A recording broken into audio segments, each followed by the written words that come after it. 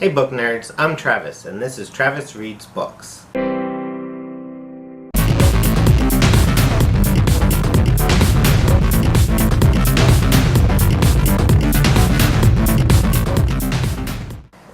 Books that make you laugh or cry.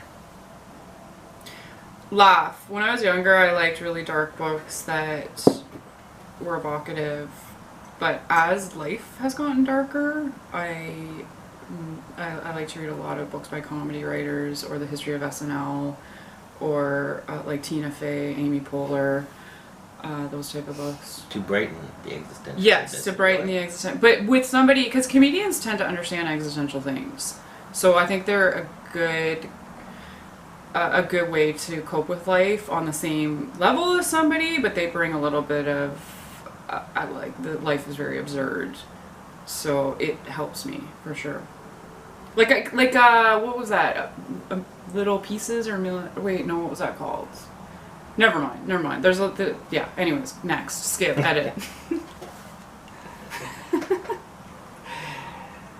Our world or fictional worlds?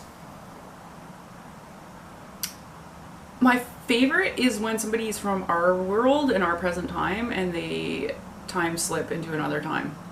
Twist. I like that. That's my favorite thing ever. It's like it's a very delicious feeling.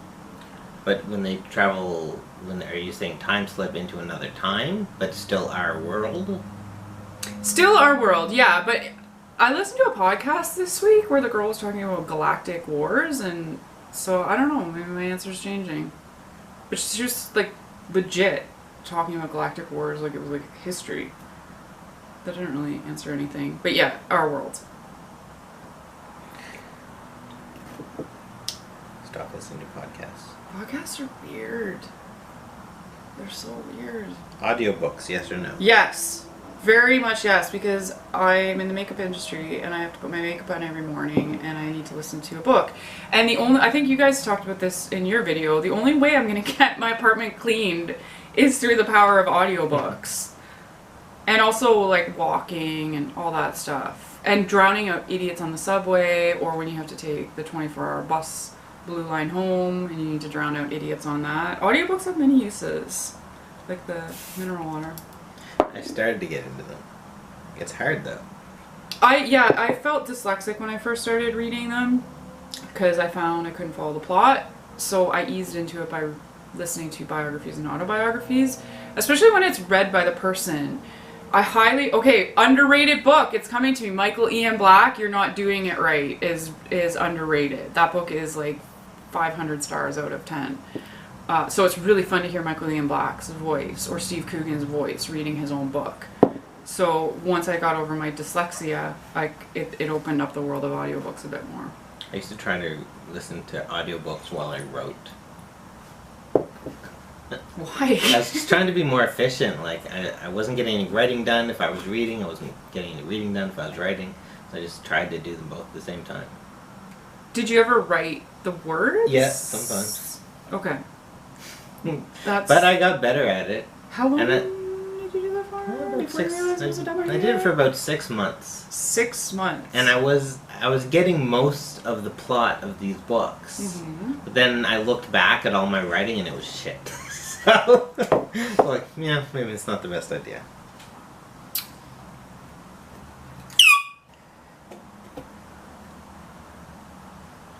Do you ever judge a book by its cover? Of course. Are there people that don't? There are people that do, and there are people that lie about it. Yes, exactly. How can you not? I buy most of my books based on the cover. Exactly. They're marketing. Marketing is a tool to attract you to the books that you're going to like. And it's fun. It's super fun to judge. If a publisher misleads you with the cover. Okay, so the camera stopped recording around the fourth to last question, and we finished doing them all without realizing it. So now we're going to redo those last few questions. So we were on, do you ever judge a book by its cover, right? Yes. And yes. you said yes. Because who doesn't? Like, that's the fun. Yeah, marketing, and you were like, marketing's not Yeah. gonna trick you. Probably. Except 50 Shades of Grey. Who did that trick? I mean, the covers were horrendous. I don't know why that book became popular. Like, there is It was popular before it came out, that's how. Oh, was it? Was it like an online thing? Yeah. You didn't know the story of 50 Shades of Grey? It was Twilight fan fiction. And it got really popular online. And then they wanted to make money off it, and they're like, well, let's take out the vampires. Okay. And change the name, and then publish it. Well, I'm 50 Shades of Red right now for being embarrassed. But I'm also what? Sorry. Does everybody know? Is this common That's knowledge? pretty common knowledge. I mean, that's Okay. why it's so terrible.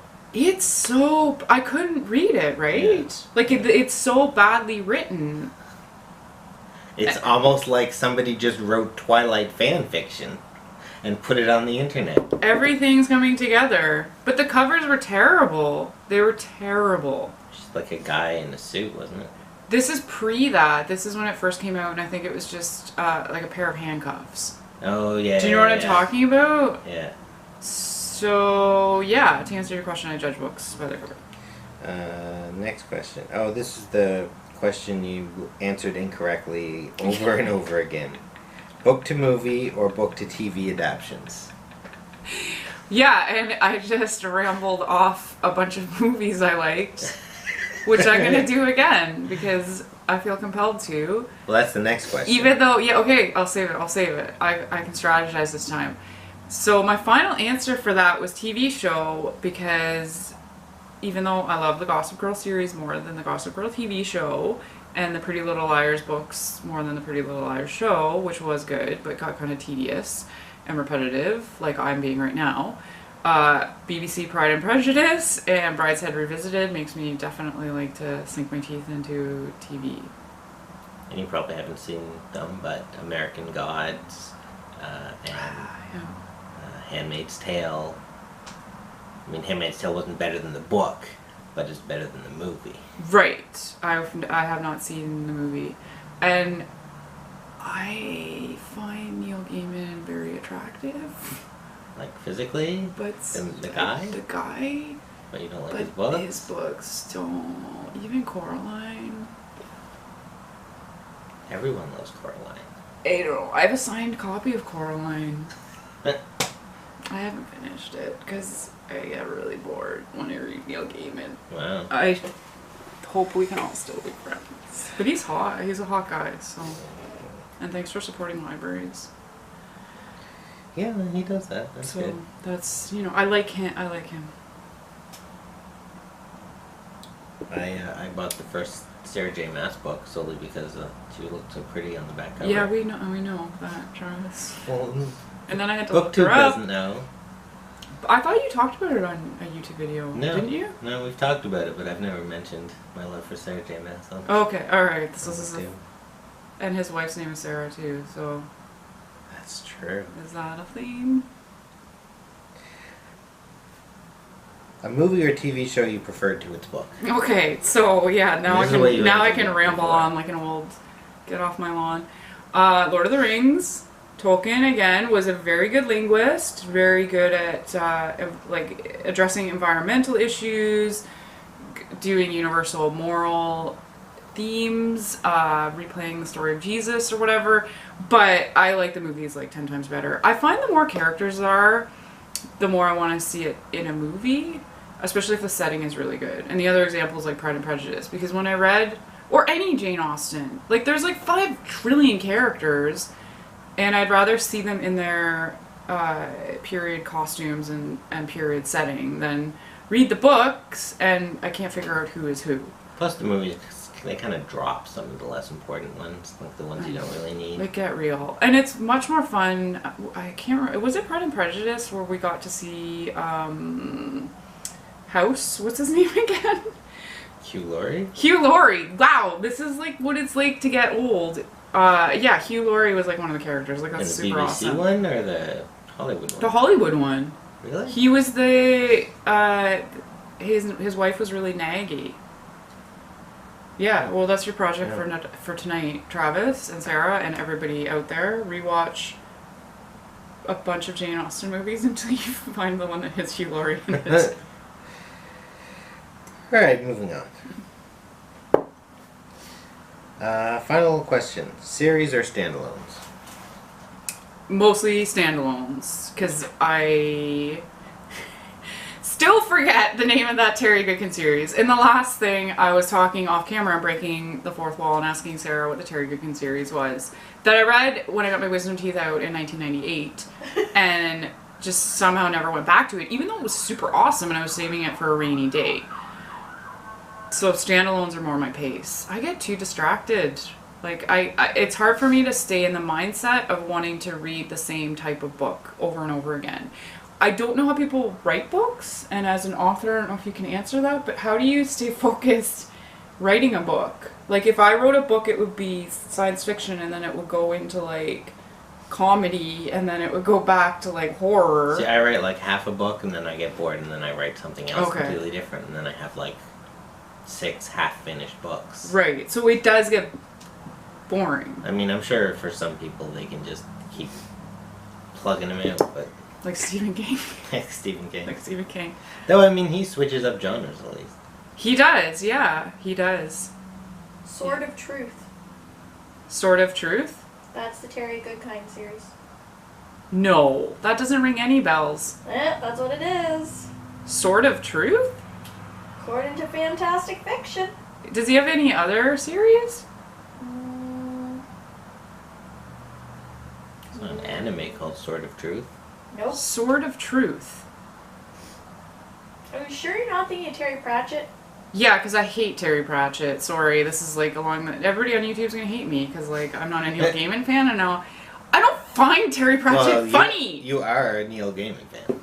Yeah, because he's hot. But Terry Pratchett's, like... I read Magic Kingdom for Sale. Sold. Like, it's not funny. I don't get it. I'm so sorry. I know everybody loves Terry Pratchett, but... I've never read anything like Terry Pratchett. No? Alright, well... Do you like Terry Pratchett, Sarah? No. Okay, so this isn't like a controversy. So this video is going to be called Why We Hate Terry Pratchett. Let me just talk for half an hour about all the Terry things he does Pratchett. wrong. Wait, do you mean Terry Brooks? No, absolutely not. No. Terry Goodkin. And Sword of Truth is correct. I just read it 18 years ago. That's the problem. The problem isn't the truth. It's my brain. Because Terry Brooks wrote the Shannara Chronicles. Yeah, like I started reading Terry Brooks and... Anyways, next question. That was it. That's all the questions. That's all the questions. All right. Well, we did it. Cool. And the camera's still rolling, so congratulations on us. So that's going to be my first hour-long video. Yeah, thank you for that, indulging me in this rambling rapid fire. Oh yeah, this is supposed to be This rapid was rapid fire. fire, but it was like totally rambling about Yeah. everybody named Terry. Why are so many fantasy authors named Terry?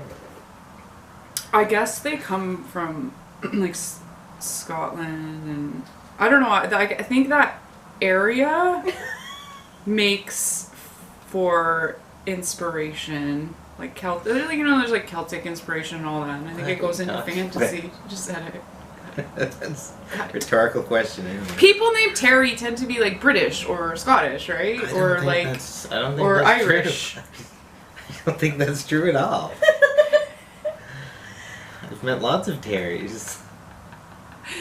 I've only met one Terry in my life, and he was a redhead. So that's what Could you're basing definitely this on. write fantasy. The one you met. Yeah, that's All how Terrys. people form educated opinions. All right. Alright, I think we're going to end the video. Sorry. Thanks to Liz for answering some rapid fire questions in a rapid fire manner. Thanks to Kate from A Girl Reading for making the tag. I'll post a link to her original video in the description down below. Thanks for watching. Love and respect. See you next time.